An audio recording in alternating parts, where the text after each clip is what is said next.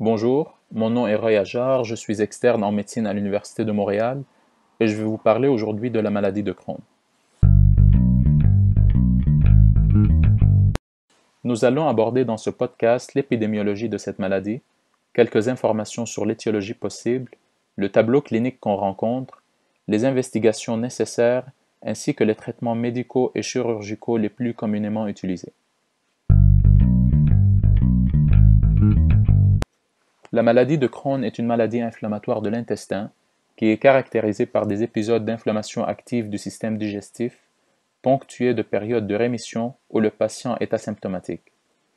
C'est donc une maladie chronique qu'on ne peut pas guérir, mais qu'on est capable aujourd'hui de traiter et de contrôler.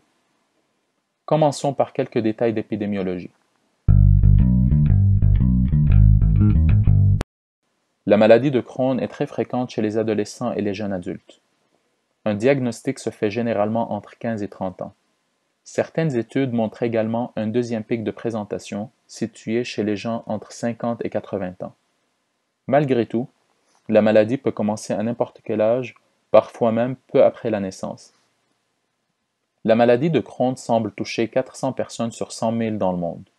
Les sociétés industrialisées, la société nord-américaine entre autres, affichent l'un des taux d'incidence les plus élevés au monde. D'ailleurs, on peut noter que même si beaucoup de cas sont isolés, un proche atteint de la maladie peut augmenter notre propre risque de la développer de 10 à 30 fois. L'origine de cette maladie est inconnue. Plusieurs hypothèses existent. Est-ce une possible réaction immune contre la flore intestinale, une implication probable de la diète, ou même une combinaison de facteurs alimentaires et génétiques? On ne le sait toujours pas encore avec certitude. Tout de même, quelques dizaines de gènes prédisposants à la maladie ont été identifiés. La maladie de Crohn est par définition une maladie inflammatoire granulomateuse. La présence de granulomes peut être notée dans les biopsies prélevées au site d'inflammation. De plus, elle peut affecter tout le tractus digestif, de la bouche à l'anus.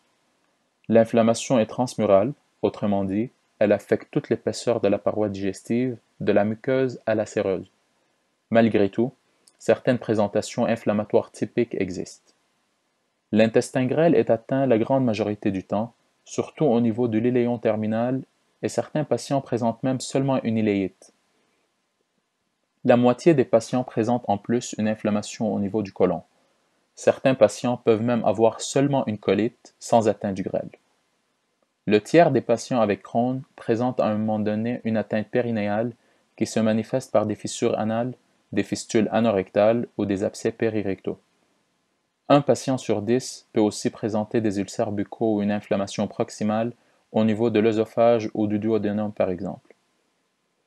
La présentation clinique est très variée, allant de très légère à très marquée, et une impression clinique claire n'est pas toujours facile.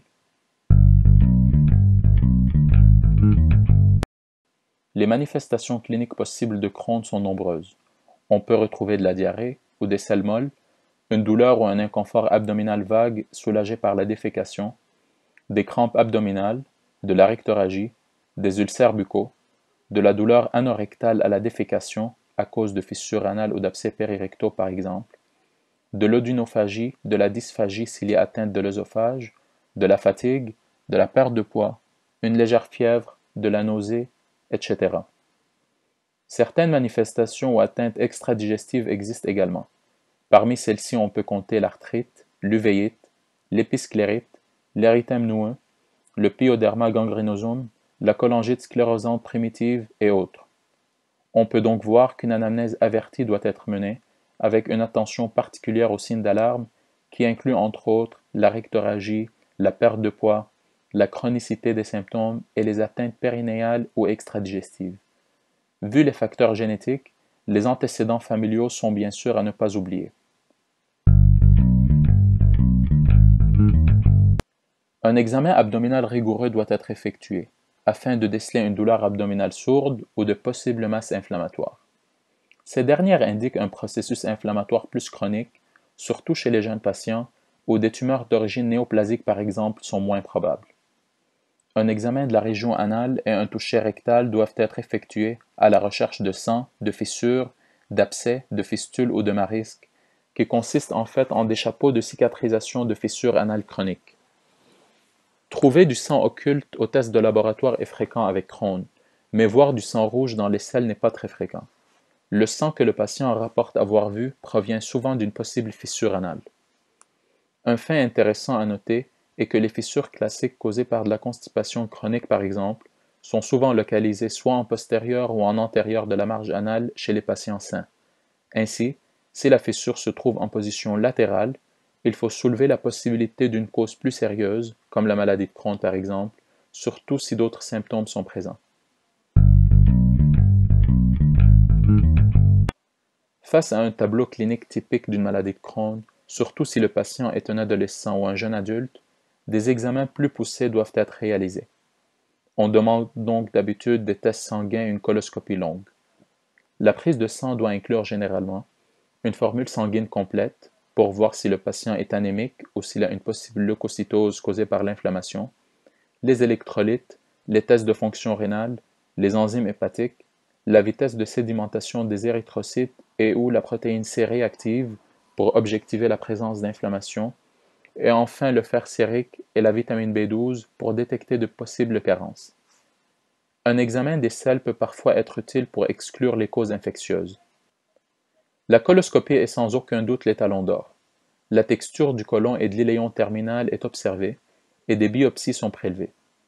Dans la maladie de Crohn, l'inflammation n'est pas nécessairement continue et des aftes ulcéreux ou ulcères creusants même peuvent être vus. Des régions d'inflammation sont réparties entre des régions de muqueuse saine. Il n'est pas rare d'observer des fistules, sténoses ou même des polypes inflammatoires qui sont bénins sans potentiel malin. Le traitement de la maladie de Crohn est d'abord médical et la chirurgie est réservée aux cas plus difficiles ou aux possibles complications. On essaie bien sûr tout de même d'ajuster avec le patient ses habitudes de vie pour accommoder ses besoins, tout en évitant certains facteurs qui peuvent déclencher un épisode inflammatoire. D'abord, même si une diète parfaite n'a pas été identifiée encore, il est souhaitable que chaque patient évite les aliments qui lui conviennent moins. Certains patients sont irrités par les fibres, d'autres par les produits laitiers, les aliments sucrés, les alcools ou même les aliments épicés. La cigarette est bien sûr à éviter, et l'exercice physique semble aider au maintien non seulement d'une bonne humeur face à la maladie, mais aussi d'une rémission dans certains cas. Bref, un mode de vie sain est à privilégier. Pour ce qui est des produits pharmaceutiques, une controverse existe actuellement quant à l'algorithme de traitement qu'il faut adopter. Certains médecins commencent avec des médicaments plus agressifs et diminuent graduellement leur intensité, et d'autres font l'inverse. Au Québec et dans le reste du Canada, ce qui semble être généralement utilisé est la deuxième option. En gros, si l'inflammation est légère à modérée, on commence avec des 5-aminosalicylates tels que la sulfasalazine ou la mésalamine. Si ces médicaments ne font plus effet, une corticothérapie est utilisée temporairement pour éradiquer de façon agressive l'inflammation et est remplacée graduellement par un agent immunosuppresseur pour maintenir la rémission, tel que l'azatioprine, la cismercaptopurine ou le méthotrexate. Enfin, si tout ce qui précède ne fonctionne plus du tout, on utilise des agents biologiques tels que l'infliximab ou l'adalimumab, qui sont des anti-TNF donnés en injection intraveineuse ou sous-cutanée. Plusieurs combinaisons de ces médicaments peuvent être utilisées et les médecins les utilisent en fonction des besoins de chaque patient. Aussi, des suppléments de fer, vitamine B12, calcium, vitamine D ou autres sont souvent donnés pour prévenir des carences possibles. Le suivi se fait surtout via des coloscopies à chaque année ou aux 2 ans et des prises de sang routinières avec surveillance de la protéine C réactive.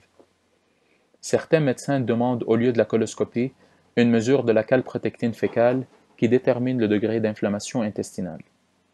Si l'inflammation ne répond à aucun des traitements médicaux qu'on vient de voir, ou si des complications se développent, une prise en charge chirurgicale devient nécessaire. Il semble que la moitié des patients avec maladie de Crohn vont avoir besoin éventuellement d'une chirurgie. Parmi les causes nécessitant une chirurgie, on retrouve la sténose fibrotique avec obstruction, la fistule réfractaire aux médicaments, la perforation, l'abcès, l'hémorragie, le cancer et l'inflammation sévère réfractaire à tout traitement pharmaceutique. Les sténoses et obstructions intestinales ou coliques peuvent être réglés par des résections partielles, donc seulement des régions problématiques. Les résections doivent être très conservatrices et limitées, puisque l'inflammation revient souvent, et on veut éviter qu'une grande partie de l'intestin soit enlevée pour que le patient ne finisse pas par souffrir d'un syndrome de l'intestin court. Pour éviter de faire une résection d'une sténose fibrotique par exemple, on peut réaliser une structuroplastie.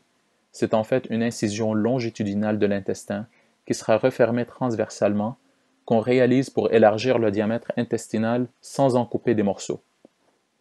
Dans le cas de maladies sévères, extensives et réfractaires, on peut pratiquer une proctocolectomie ou iléocolectomie avec iléostomie ou jéjunostomie temporaire ou permanente. Le risque de cancer colorectal est plus élevé chez les patients avec maladie de Crohn, surtout si l'inflammation touche le côlon. Un patient avec Crohn a 2 à 5 fois plus de chances de développer un cancer colorectal durant sa vie.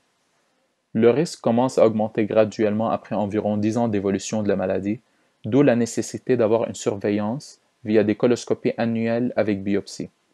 Enfin, la prise en charge d'une maladie de Crohn est basée sur un traitement médical accompagné d'une modification des habitudes de vie. Le patient doit être encouragé à être compliant au traitement, même s'il ne présente aucun symptôme, afin de prévenir les rechutes et de maintenir une bonne qualité de vie. Je vous invite à consulter le podcast portant sur la colite ulcéreuse afin d'apprendre davantage sur les différences principales entre ces deux maladies inflammatoires de l'intestin. Merci pour l'écoute.